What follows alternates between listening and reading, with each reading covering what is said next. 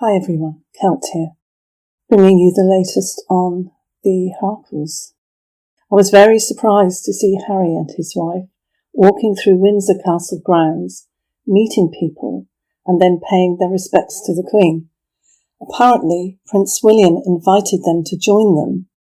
It was said as a way of extending an olive branch and coming together at such an important time. After Meghan had been told not to travel up to Windsor with Harry upon hearing the news about the Queen, it was said that the palace officials were incredulous that Meghan was even thinking she could go. Even Catherine didn't go. What I've been told happened is that Harry and Meghan had their own plans to do their own walkabout to get attention for Netflix and film it. I noticed that you definitely see a mic under Meghan's dress. They had planned, allegedly, for Meghan to be carrying armfuls of flowers and looking sad, and it would be just them in the photos. However, Prince William heard about this. The US media were informed about it, and Prince William was told. And he did the best possible thing in that situation. He invited them to come and join them, and that's probably the best way to keep an eye on them, even though it wasn't planned to be that way. It was planned to be just Prince William and Catherine. So again, that pair have shoved themselves in the spotlight yet again. I also heard that there was a massive row which lasted a couple of hours between Harry and Meghan, and there are those that are saying there is visual evidence of this. Harry's face looks as if he has quite a scratch on one side near his ear, and on the walkabout it looks as though it was covered up with makeup. And also it was said that he'd only shaved one side of his face. Also, Meghan is wearing a plaster on her finger. So I know you can only speculate with this, but in the past he's been seen with bruises and scratches, so there are those that have said there was definitely a row between those two.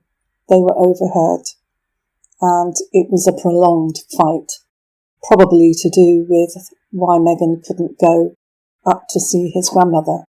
So because of that fight, for Harry was late and missed his grandmother. It was said that there were hold-ups due to the fact that there would need to be two planes. I was told that it was the fight that Meghan and Harry had which prevented Harry from getting there in time. People have also been saying, why wasn't she told to go? She was told to go.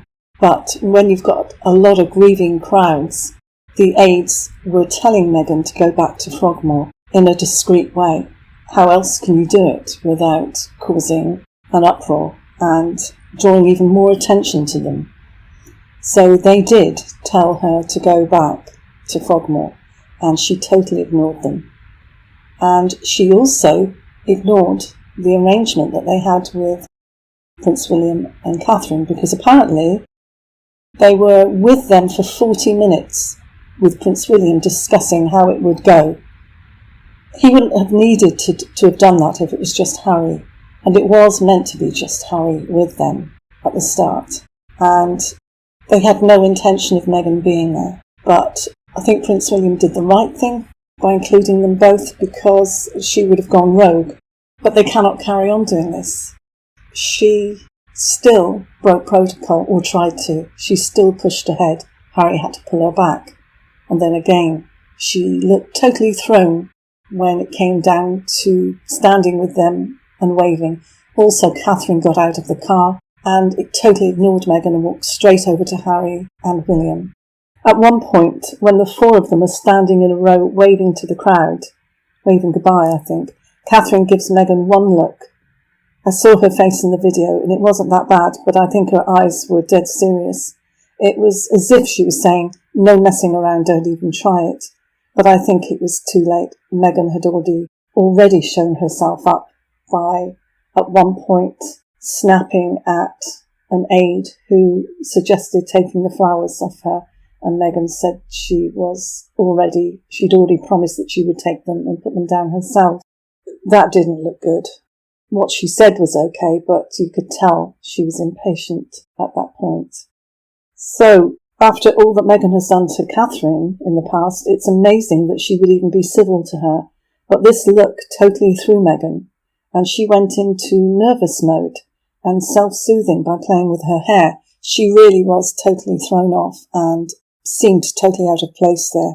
At one point, she was gazing at Catherine with a look of jealousy or almost patronising look, as if to say, "Are you okay?" which is incredible after all that she's done to her and her family. And at another point, she was gazing at Prince William, the prize that she had no way of getting. What a contrast. You have William and Catherine walking slightly apart, showing that they don't need to hang on to each other, showing that they're strong together and apart, and that they are now Prince and Princess of Wales. And then you have Harry and Meghan, Meghan clinging on to Harry's arm, and they look to me as if they just do not belong there at all. In fact, Harry looks okay when he's not with Meghan, and when he's with her, it's terrible. They actually should have been with the rest of the family. They knew they shouldn't have been there. Well, Meghan knew she shouldn't have been there, and it did show, I think.